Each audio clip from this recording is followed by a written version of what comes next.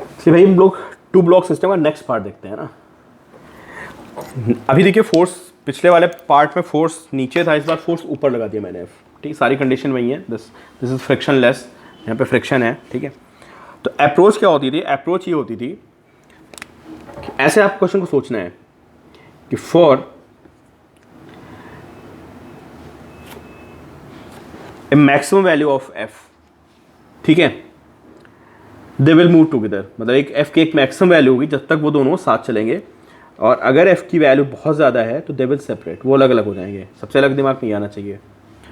फिर आपको जो बिल्कुल मेन पॉइंट होता है वो ये होना चाहिए कि which block is moving due to only friction.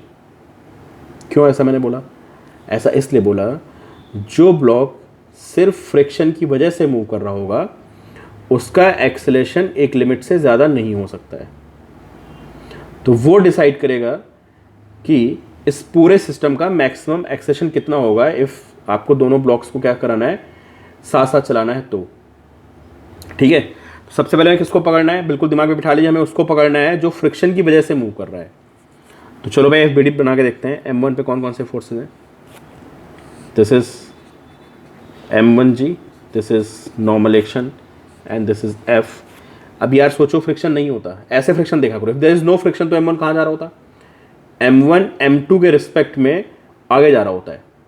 सोचो कि फ्रिक्शन नहीं है, देयर इज नो फ्रिक्शन, मैं M1 को खींचता हूँ तो M1 आगे चला जाएगा, M2 यहीं रह जाएगा। तो M1 M2 के रिस्पेक्ट में आगे जा रहा है, तो friction will be in backward direction. And what about M2? On M2 friction will be in forward direction. And this weight M2G, यहाँ पे N ऊपर आ रहा है तो यहाँ पे N नीचे आएगा, and there be N dash. This is FBD। ठीक है, अब हमें किसको पकड़ना है? किसको पकड़ना है भाई? जिसको सिर्फ और सिर्फ फ्रिक्शन चला रहा है। तो किसको चला रहा है फ्रिक्शन, बताइए? ऊपर वाले को तो आप खींच रहे हैं ना, लेकिन सोचो M2 को कौन चला रहा है? आप इमेजिन करो ना कि M2 को कौन चला रहा है। यार आपने M1 पे फोर्स अप्लाई किया, जो M1 से M2 पे फ्रिक्शन जाएगा ना, ये चलाएगा किसको? M2 को।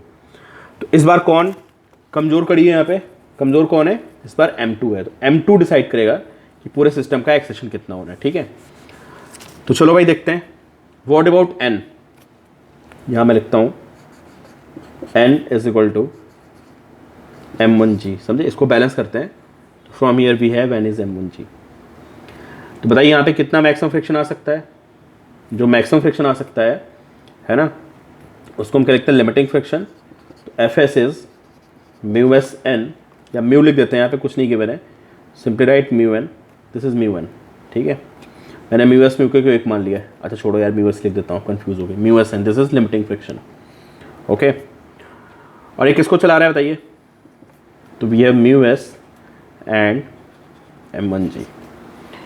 ये फ्रिक्शन इस बार नीचे वाले को चला रहा है, ये उस पे, this is maximum friction, this is maximum friction on M2। ठीक है, तो भाई अगर हम M2 का एक्सेलेरेशन देखेंगे, ठीक है, तो जो A मैक्स आएगा वो कितना आएगा? That will be F max force upon mass. What is F max? That is mu M1G upon M2। This is A max. ये M2 का मैक्सिमम एक्सेलेरेशन हो सकता है। और मैं आपको बोलूं कि यार ऐसा है, दोनों साथ चलने चाहिए। M1 and M2 should move together. तो आप क्या सोचोगे? आप सोचोगे कि यार ऐसा है कि हमें M1 का एक्सेलेरेशन भी इससे ज़्यादा नहीं करना है। ठीक है, क्योंकि M2 तो इससे ज़्यादा चल ही नहीं पाएगा, तभी दोनों साथ साथ चलेंगे। तो मुझे समझ में आ गया कि मैं पूरे सिस्टम को एक मान लेता हूँ और मैं एज्यूम कर लेता हूँ कि ठीक है वो A मैक्स से चल रहे हैं अपनी लिमिट पे बिल्कुल। ठीक है, तो व्हाट विल बी F? दोनों का mass and into A max, this will be F max. सारी वैल्यूज आपको गिवन होगी। A मैक्स की वैल्यू पुट कर, this is mu S, this is F max. अगर आपका फोर्स इतना है up to this limit, they will move together. ठीक है, दिस इज F मैक्स। इससे ज़्यादा है तो दे विल सेपरेट, इससे कम है तो साथ साथ चलेंगे। ठीक है, चलिए अब यहाँ दो बातें बनती हैं कि if your applied force is less than F max, बहुत अच्छी बात है, दोनों साथ चलेंगे। कोई कहता है एक्सेलेरेशन बताओ, कोई दिक्कत ही नहीं है एक्सेलेरेशन में। क्या होगा acceleration? F upon M1 plus M2, खत्म। ठीक है, अब कोई कहता है what is friction between M1 and M2, फिर मैं स्टार लगा रहा हूँ, जिसमें पहले स्टार लगाया था यहाँ भी स्टार लगा रहा हूँ। Friction between M1 and M2, friction between M1 and M2, ठीक है। अब आप मुझे बताओ फ्रिक्शन कौन सा होगा। जब यार फोर्स F मैक्स होता ना, अगर ये फोर्स आपका F मैक्स होता तो ये दोनों बिल्कुल अपनी M2 अपनी मैक्सिमम पे आ जाता, मतलब उससे ज़्यादा उसका एक्सेशन नहीं हो सकता है। और friction will be in that case when this force is F max, in that case M2 will be at maximum value of acceleration and here friction will be limiting in nature. But क्योंकि आपका force बहुत कम है, तो अगर force आपका कम हो गया तो उस केस में जो यहाँ पे फ्रिक्शन आएगा that will be static friction, ठीक है।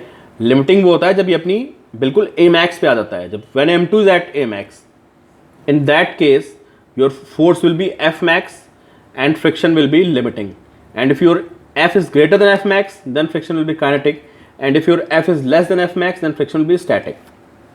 साथ देखो बहुत बच्चों को कंफ्यूजन होता है कि सर ये तो चल रहा है तो स्टैटिक कैसा हो गया। भाई इसके रिस्पेक्ट में तो ये नहीं चल रहा है ना, दोनों साथ साथ चल रहे हैं ना, इसके रिस्पेक्ट में तो आगे पीछे नहीं जा रहा ना, ठीक है। M2 भी चल रहा है, M1 भी चल रहा है, but with respect to each other अगर देखा जाए तो they are at rest, that's why friction is static in nature. तो friction between M1 and M2, तो भाई आपको तुरंत समझना चाहिए कि यार फ्रिक्शन तो हो गया स्टैटिक। तो अब ये बताओ स्टैटिक फ्रिक्शन का तो फॉर्मूला नहीं होता है, तो हमें सोचना चाहिए कि भाई M2 को चला कौन रहा है, M2 को कौन चला रहा है, फ्रिक्शन चला रहा है। तो हम लिखेंगे फ्रिक्शन ही उसको एक्सेशन प्रोवाइड कर रहा है, तो that is equal to M2A and A is F by M1 plus M2, तो M2F by M1 plus M2, this will be friction. ये स्टार लगा लो भाई, ठीक है।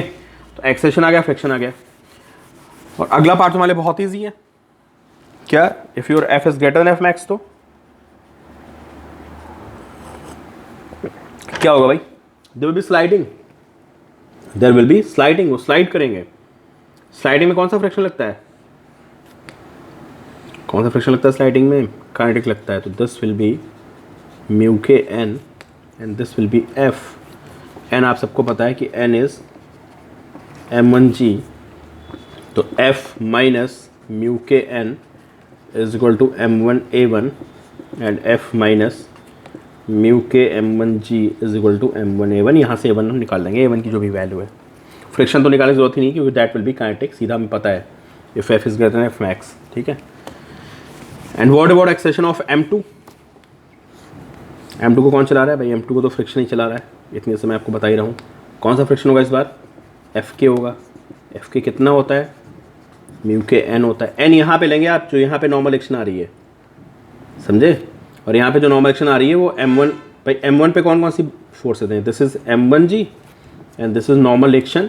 तो जो यहाँ पे नॉर्मल एक्शन है वो M1G के बराबर, जैसे इस पे ऊपर आ रही है नॉर्मल एक्शन तो यहाँ पे नीचे आएगी नॉर्मल एक्शन। तो ऐसा ना आप यहाँ की नॉर्मल एक्शन सोचने लग जाओ, बहुत से बच्चे यहाँ की नॉर्मल एक्शन लेते हैं, फ्रिक्शन यहाँ निकालना है ना, तो हमें यहाँ की नॉर्मल एक्शन चाहिए। और इससे हमें पता है कि N is M1G, so Fk is mu k N, तो यहाँ पे नॉर्मल एक्शन कितनी, that is equal to weight of M1G, weight of M1 sorry, तो this is mu k M1G, this is friction force, okay. तो कौन चला रहा है इसको, फ्रिक्शन चला रहा है, काइनेटिक फ्रिक्शन चला रहा है, ये इसको एक्सेशन देगा। Fk is equal to M2A2, so what about A2, that is Fk by M2, so mu k M1G by M2, ठीक है। वीडियो को 2-3-4 बार देखो और समझने की कोशिश करो और इसका आंसर निकालो, ठीक है।